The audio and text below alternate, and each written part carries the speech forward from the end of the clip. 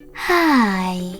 In front of me is ZTE Blade A72S, and today I would like to show you how you can select and delete multiple photos at once on this device.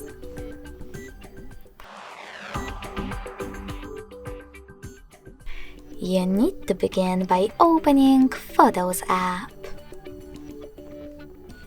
Following that, tap on one of your folders, in my case, screenshots, and hold one of your pictures that you wish to delete, in my case this one.